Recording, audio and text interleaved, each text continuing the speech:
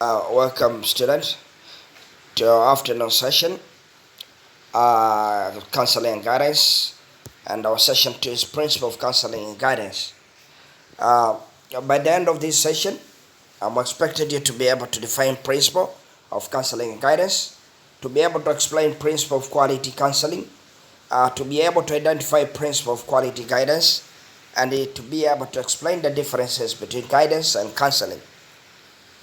Let's see the definition of principle of counseling and guidance.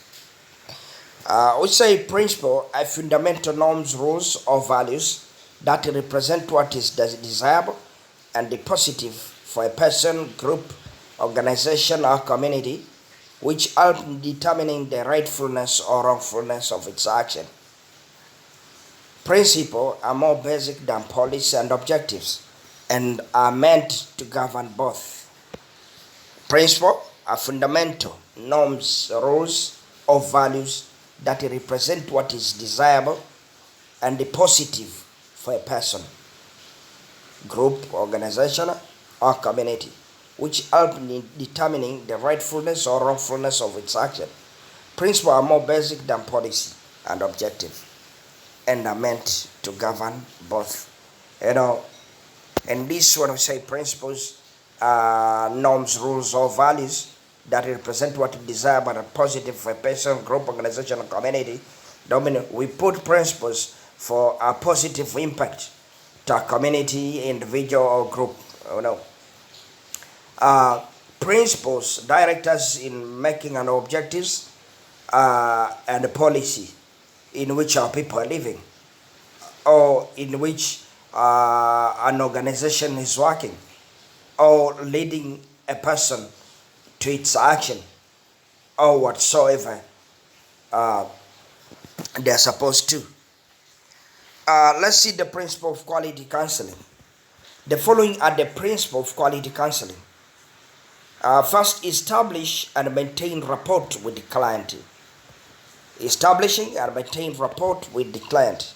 Establishing and maintaining rapport with the client is vital to the encounter and achieving positive outcome.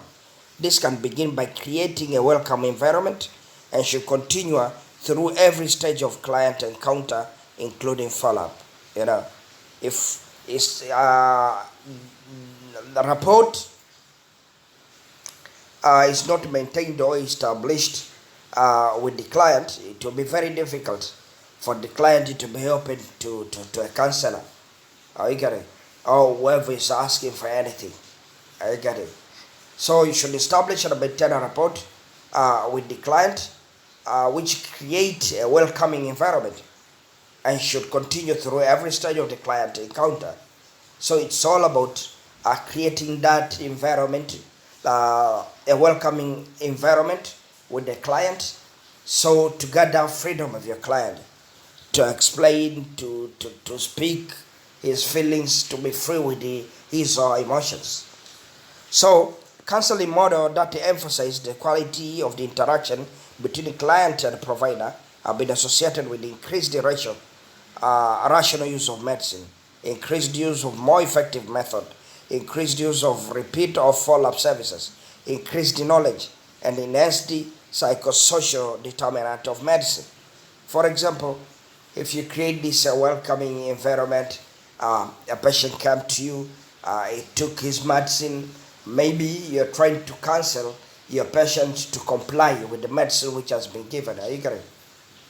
From there, for you to create such an environment, you have to establish and maintain rapport with this client. Are you getting it? To see if compliance has been there.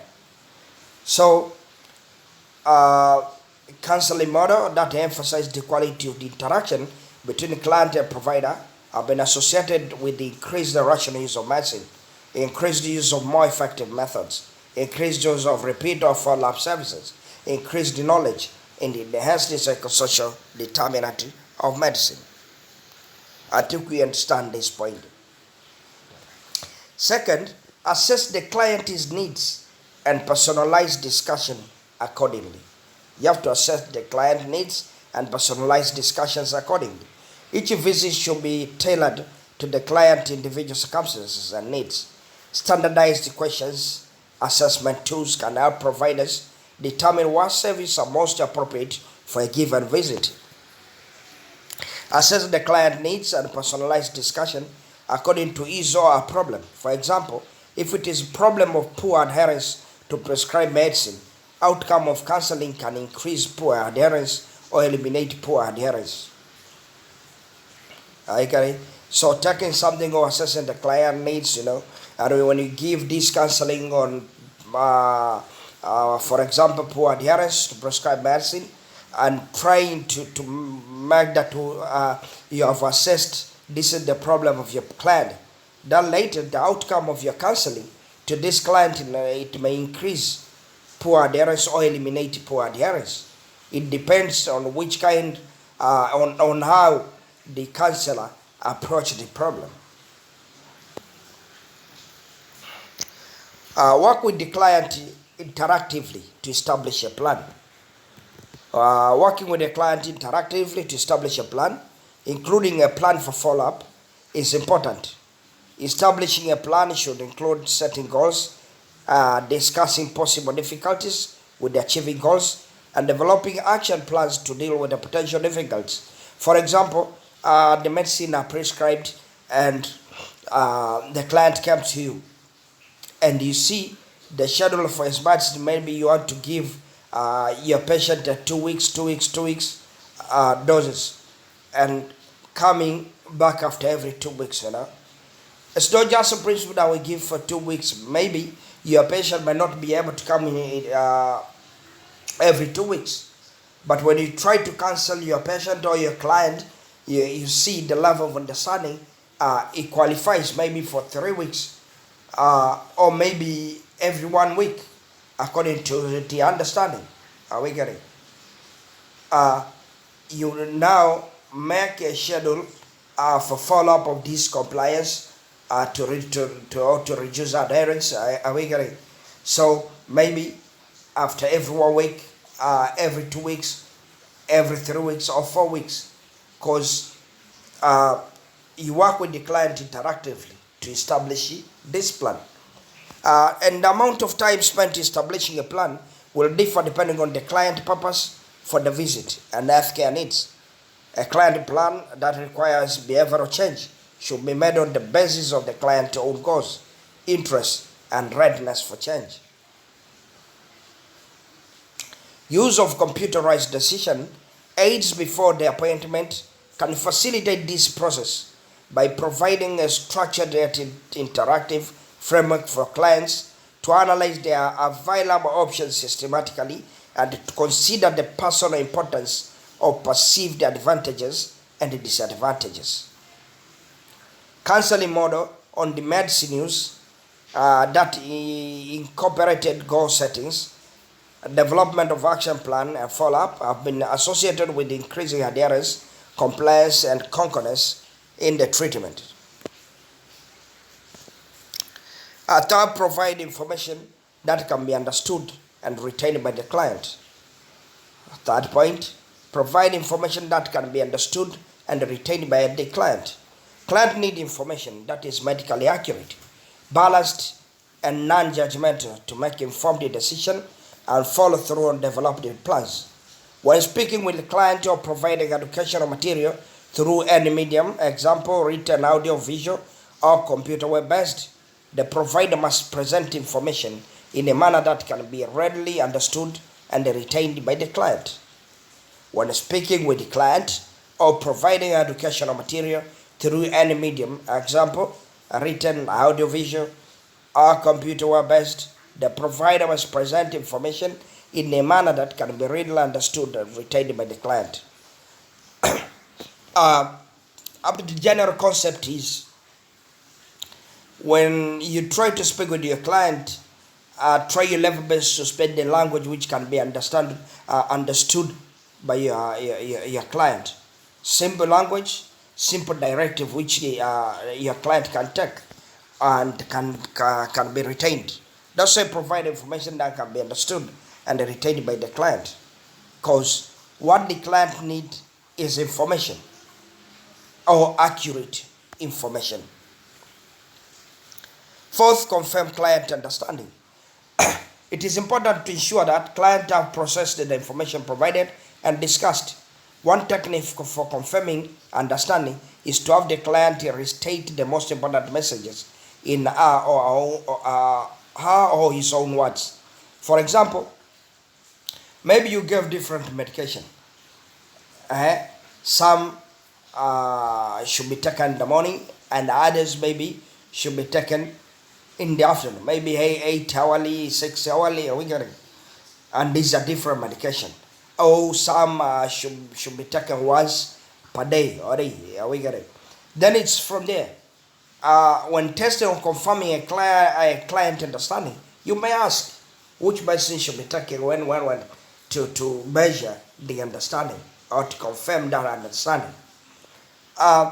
This teach back method can increase the likelihood of the client and provider reaching a shared understanding and has improved compliance with treatment plans and health outcomes. Using the teach back method early in the decision making process will help ensure that a client has the opportunity to understand her or his options and is making informed choices. It's like that when you give some information and within this information should be retained by your client. You get it. It's sometimes when we confirm client understanding, we tell the client maybe to repeat some good points in which we have instructed. For example, okay, the master are there, instruct me which one you take when, and you see, and confirm the understanding of what? Of the client. Let's see principle of quality guidance. The following are the principle of quality guidance. Take time to solve problem and make decision. Let the counselee develop his own insight. Guidance is a lifelong process. Guidance service should be extended to all, not simply to maladjusted. Guidance workers should rigorously observe a code of ethics. Guidance places emphasis on the dignity, worth, and individuality of the client as means of promoting democratic way of life. Guidance is concerned with the choices and decision to be made by the client. Guidance is primarily concerned with prevention rather than cure. Guidance continuous process throughout the treatment process. For example, maybe a patient have an infectious disease, and when they get out of the hospital and going home, at home is he or she is living with other relatives or siblings. So when you want to guide your client, sometimes your client may give informed consent that some of his relatives to understand how to live with him. Are we getting? To avoid to communicate the infection. So the guidance or the counselor or the guidance service should be extended to all, not simply to the maladjusted. And guidance workers should rigorously observe code of ethics. We know still confidentiality takes place, and whatever you want to do or you want to guide the siblings or whoever is living with the patient, you should educate or you should get that informed consent from the patient. And in discussing with your patient, it will be simple to pass that information to people who are very close to him, so to avoid the infection to be communicable. Let's see the difference between guidance and counseling. Guidance process aims at making clients beware of the righteousness or wrongness of their choices and importance of their decision, on which their future depends. It is a service that assists clients in selecting the most appropriate treatment for them to discover and develop their psychological abilities and ambitions. Guidance results in self-development and help a person to plan his present and future wisely. Counseling is not just giving advice or making a judgment, but also helping the client to see clearly the root of the problems and identify the potential solution to the issues. The counselor also changes the viewpoint of the client to help him take the right decision or choose a course of action. It will also help the client to remain intuitive and positive in the future. These are the key differences between guidance and counseling. The significant difference between guidance and counseling are given in the following point. Advice or relevant piece of information given by a superior to resolve a problem or overcome from difficulty. It is known as guidance. While counseling refers to a professional advice given by a counselor to an individual to help him in overcoming from personal or psychological problems. Second, guidance is preventive in nature, whereas counseling tends to be healing, curative, or remedial. Guidance assists the person in choosing the best alternative, but counseling tends to change the perspectives to help him get the solution by himself or herself. When we say guidance is preventive in nature, we get it. We say, for example, when you go for HIV test, it doesn't matter which test, which result you got. You may get a positive result or a negative result. You get it.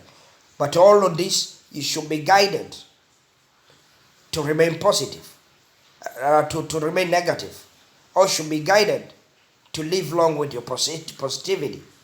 Are we getting? That's what say guidance is preventive in nature. But counseling tend to be healing, curative, or remedial. You think that maybe you got this infection and you fear. You have that fear that I'm going to test, but am I able to receive the result? Will I be able to handle the result? Are you getting? Then what comes there, they will advise you to go to a counselor. A counselor will try to build that confidence in you to get the remedial or healing or curative. It's where you go, you test, and you'll be able to handle and guided to live so as to live long and for the benefit of your own future. That's why you say guidance is preventive in nature and counseling is curative. So guidance assists the person in choosing the best alternative, but counseling tends to change the perspective to help him get the solution by himself or herself. Maybe he has perspective, okay, maybe I'm this or I'm that, And through counseling, you get an assurance that I'm this. And if you are this or that, they will guide you to choose the best alternative. If this happened, then this is an alternative in living. If that happened, then this is an alternative in living. To help you, your client to get the solution by themselves. Guidance is a comprehensive process that has an external approach. On the other hand, counseling focuses on the depth and inward analysis of the problem until client understand and overcome it completely. Guidance is taken on education and career-related issues, whereas counseling is taken when the problem is related to personal and socio-psychological issues. Guidance is given by a guide who can be any person superior or an expert in a particular field, as opposed to counseling, which is provided by counselors who possess a high level of skill and undergone through professional training. You can see at first in our session 1, someone asked a question. A person who give guidance and a person who giving counseling, what are their difference? Are you getting? Guidance here is an answer.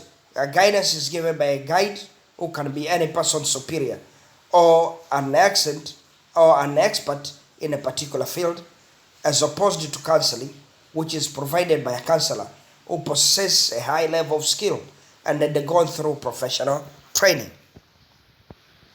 Guidance can be open, and so the level of privacy is less, unlikely counseling, wherein complete secrecy is maintained. And counseling, the complete secret is maintained, While in guidance, it's open, and so the level of privacy is less.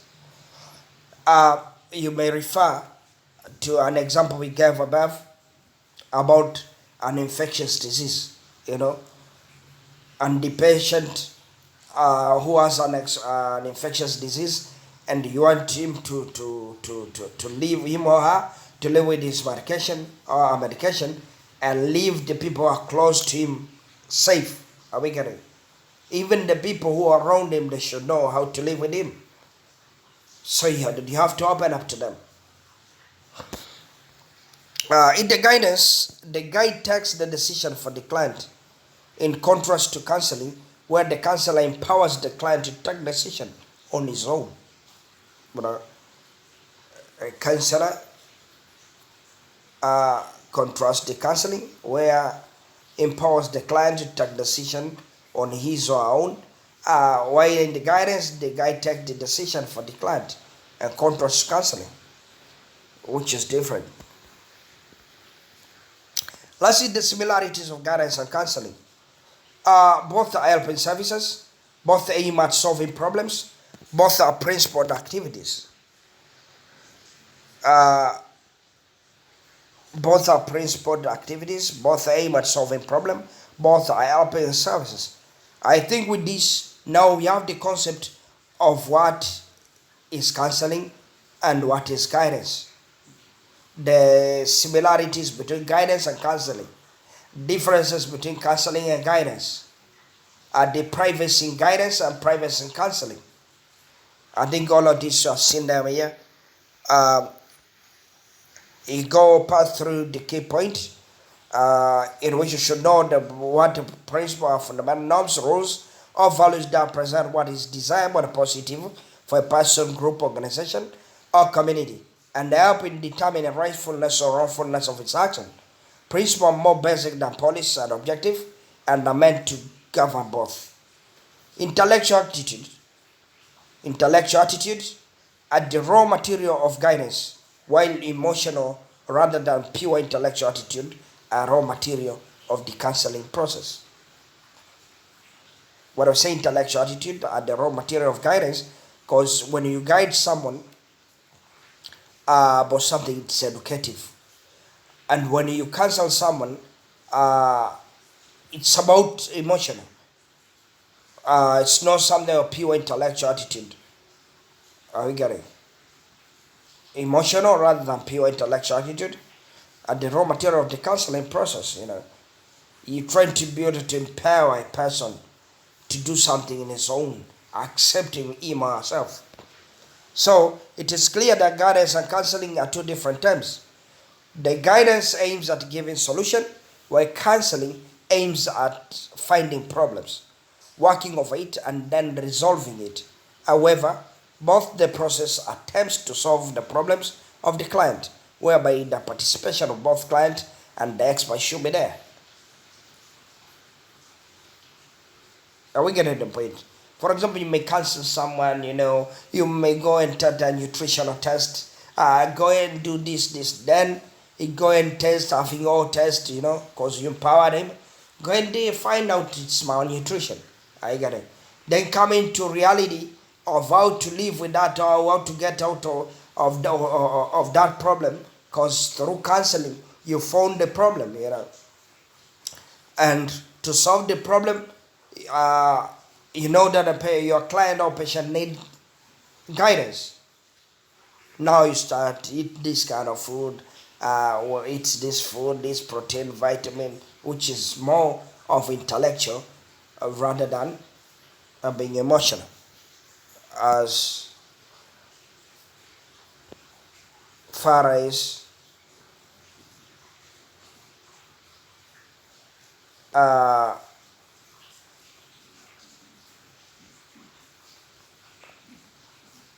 counseling and guidance concern. This is the tabular form, which differentiates between counseling and guidance. Basis for comparison. What we see guidance and counseling.